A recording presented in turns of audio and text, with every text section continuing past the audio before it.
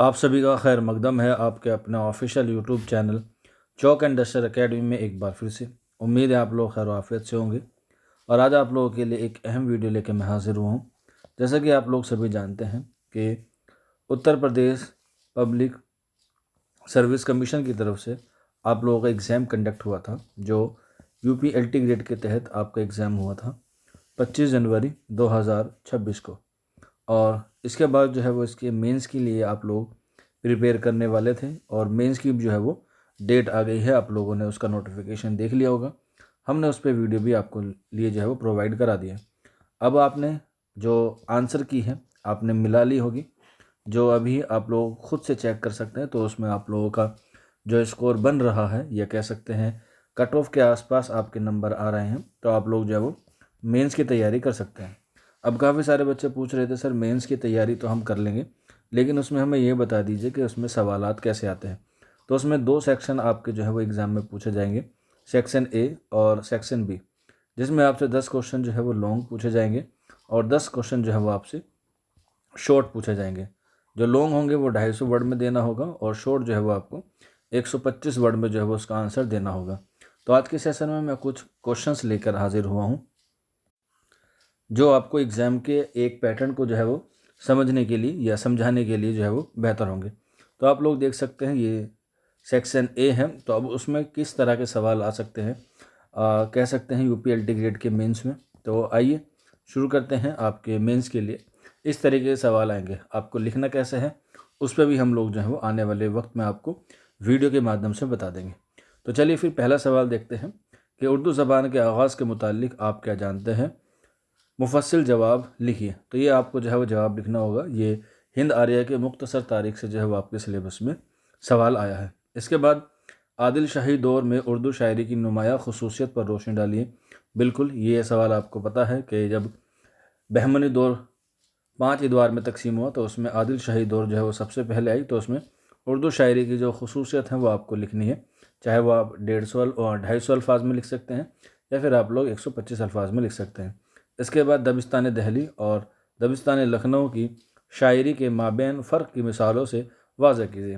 مثال کا مطلب ہے آپ کو شعر بھی جو ہے وہ لکھنی ہوگی۔ جیسے دلی میں داخلیت ہوتی ہے، تصوف ہوتی ہے، اسی طریقے سے لکھنؤ میں مبالغہ ہوتا ہے، بناوٹی ہوتی ہے۔ اس طریقے سے جو ہے آپ کو ان کی خصوصیت بیان کرنی ہوگی۔ آگے بڑھتے ہیں۔ سر سید کے ادبی مقاصد کی وضاحت اس طرح کیجیے کہ اس کی اہمیت واضح ہو سکے۔ بالکل اگر ہم لوگ ان کی ادبی مقاصد کو بات کریں، تو انہوں نے علی گڑھ مسلم یونیورسٹی کا جو ہے وہ قیام کیا، اس کی اہمیت آپ کو بتانی ہے، تاکہ قوم کے لوگ تعلیم یافتہ ہوں اور ان میں جو ہے وہ ایک شعور کی نئی روشنی جو ہے وہ پیدا ہو۔ اس کے بعد 5واں کوشچن ہے، اردو نثر کے ارتقاء میں فورٹ ولیم کالج کی خدمات پر روشنی ڈالیے۔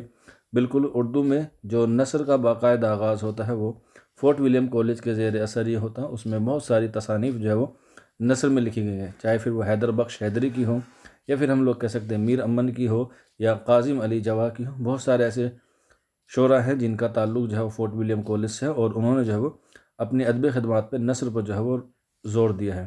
آگے بڑھتے ہیں۔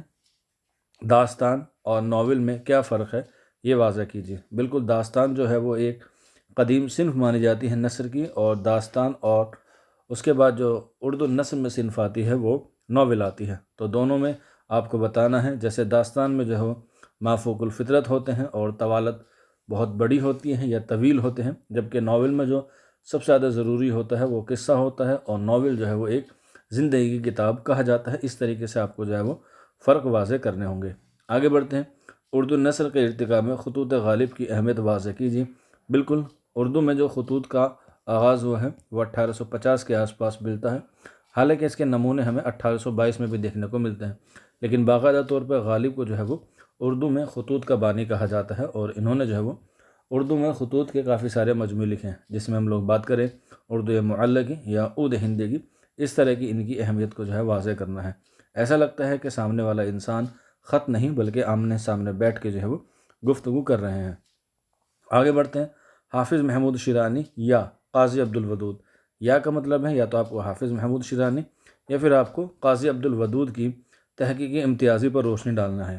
تو آنسر دونوں میں سے کسی ایک کو لکھ سکتے ہیں، لیکن آسان جو ہے وہ حافظ محمود شیرانی ہیں، کیونکہ ان کی ایک کتاب ہے پنجاب میں اردو، اسی کے پس منظر میں آپ لوگ ان کی تحقیقی خصوصیت پر جو ہے وہ روشنی ڈال سکتے ہیں۔ آگے بڑھتے ہیں۔ انارکلی ڈرامہ کس کردار کا المیہ ہے اور کیوں ہے؟ مدلل جواب دیجیے۔ مدلل کا مطلب ہوتا ہے اس کے پازیٹیو رسپانس کے ساتھ آپ کو بتانا ہے۔ اس میں جو المیہ بیان کیا گیا وہ اکبر کا، اس کے بعد سلیم کا اور انارکلی کا۔ آگے بڑھتے ہیں۔ اردو میں صحافت کے آغاز و ارتقاء پر روشنی ڈالیے۔ بالکل، صحافت جو ہے وہ ہمارے ڈیموکریسی کا چوتھا استمبھ مانا جاتا ہے، یعنی کہ فورتھ پلر مانا جاتا ہے، اور اس کا جو آغاز ہے وہ 1822 میں ہوتا ہے کلکتہ میں، اور پہلا جو اخبار مانا جاتا ہے وہ جامع جہان نما مانا جاتا ہے، لیکن باقاعدہ جو آغاز ہوتا ہے وہ 1837 میں ہوتا ہے، جب مولوی محمد باقر اپنا پہلا اخبار نکالتے ہیں اردو میں، جس کا نام ہوتا ہے دہلی اردو اخبار۔ تو اس طریقے سے 10 سوال آپ کے جو ہے وہ لانگ آ سکتے ہیں، یا 10 سوال آپ کے جو ہیں وہ شارٹ آ سکتے ہیں۔ اس کے بعد ٹوٹل جو ہے وہ آپ کے پیپر میں 20 سوال آئیں گے۔ تو اب بات کرتے ہیں سیکشن بی کی۔ تو اس میں دیکھتے ہیں مرزا غالب کو کیوں ایک مشکل پسند شاعر کہا جاتا ہے؟ کیونکہ ان کی زبان بہت الگ تھی، ان کو زبان میں فارسی کا رنگ جو ہے وہ جھلکتا تھا، اس لیے جو ہے وہ اس کی مشکل شاعر ہے۔ تو آپ لوگ جو ہے وہ اس کو اس طریقے سے ڈیفائن کر سکتے ہیں۔ آگے بڑھتے ہیں۔ جوش کی نظم کسان کا بنیادی موضوع کیا ہے؟ اسے آپ لوگ جب پڑھیں گے تو اس کے بارے میں بھی آپ کو جو ہے وہ پتہ چل جائے گی، کیونکہ کسان ہے تو ظاہر سی بات ہے ہندوستان کا جو زیادہ تر حصہ ہے وہ کسانی پر کیا ہوتا ہے؟ مبنی ہوتا ہے۔ آگے بڑھتے ہیں۔ میر حسن کی مثنوی بے نظیر و بدر منیر کو کیوں سحر البیان کہا جاتا ہے؟ کیونکہ اس میں بیان کا جادو ہے۔ آگے بڑھتے ہیں۔ شہر آسوب سے آپ کیا سمجھتے ہیں؟ 2 شاعروں کے نام لکھیں جنہوں نے شہر آسوب بھی لکھا ہے۔ بالکل آپ لوگ بتا سکتے ہیں۔ شہر آسوب جو ہے وہ اسے کہتے ہیں جس میں شہر کی بدحالی کا ذکر کیا جاتا ہے۔ 2 شاعروں میں جو سب سے بڑا نام آتا ہے وہ آتا ہے سر سید احمد خاں کا، جنہوں نے آثار السنادید لکھا ہے۔ اس طریقے سے آپ لوگ جو ہے بتا سکتے ہیں۔ آگے بڑھتے ہیں۔ مرثیہ میں بین کی کیا اہمیت ہے؟ کیونکہ مرثیے کا جو سب سے اہم اجزائے ترکیبی ہوتا ہے وہ ہوتا ہے بین، کیونکہ اس میں جو ہے وہ اظہار ماتم کیا جاتا ہے، کیونکہ جو مر جاتا ہے اس کے تعریف بیان ہم لوگ بین میں کرتے ہیں۔ آگے بڑھتے ہیں۔ غزل اور نظم کے بنیادی فرق کیا ہے؟ بہت آسان سوال ہے، اس پہ آپ کچھ بھی لکھ سکتے ہیں، کیونکہ یہ جو ہے وہ آپ کو ابتدائی کلاس میں جو ہے وہ پڑھایا جاتا ہے۔ آگے بڑھتے ہیں۔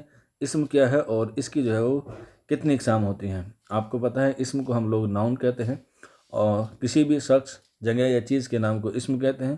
اسم کی 2 اقسام ہوتی ہیں، جس میں اس میں نکرہ آتی ہے اور اس میں معرفہ آتی ہے۔ اس میں نکرہ اور اس میں معرفہ، بعد میں ان کی جو ہے 5 اقسام ہوتی ہیں، وہ بھی آپ کو جو ہے وہ لکھ دے دی ہے مثالوں کے ساتھ۔ آگے بڑھتے ہیں۔ 17واں اسم کیا ہے اور اس کی جو ہے وہ اقسام کتنی ہے؟ یہ ہم نے اوپر کر لیا ہے شاید، ہاں 17واں ہو گیا، ریپیٹ ہوا۔ 18واں ہے ذیل کے شعر میں کون سی صنعت ہے؟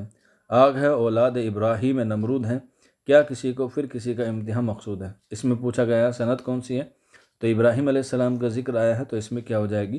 تلمی ہو جائے گی۔ تو اس کے بارے میں آپ کو بتانا ہے کہ تلمی صنعت اس کو کہتے ہیں جس میں کسی تاریخی کی طرف اشارہ کیا جائے یا کسی نبی سے تعلق سے کوئی بات کہی جائے۔ آگے بڑھتے ہیں۔ تشبیہ کیا ہے اور اس کے کتنے ارکان ہوتے ہیں؟ تو تشبیہ جو ہے وہ کسی ایک چیز کو کسی دوسری چیز کے مانند بتایا جائے یا اس کی خصوصیت دونوں میں جو ہے وہ مشترکہ طور پہ ملتی ہے، اسے ہم لوگ تشبیہ کہتے ہیں۔ ارکان تشبیہ 5 ہیں: مشبہ، مشبہ بہ، وجہ مشبہ، حرف مشبہ اور غرض مشبہ کہہ سکتے ہیں، یا غرض تشبیہ بھی کہہ سکتے ہیں۔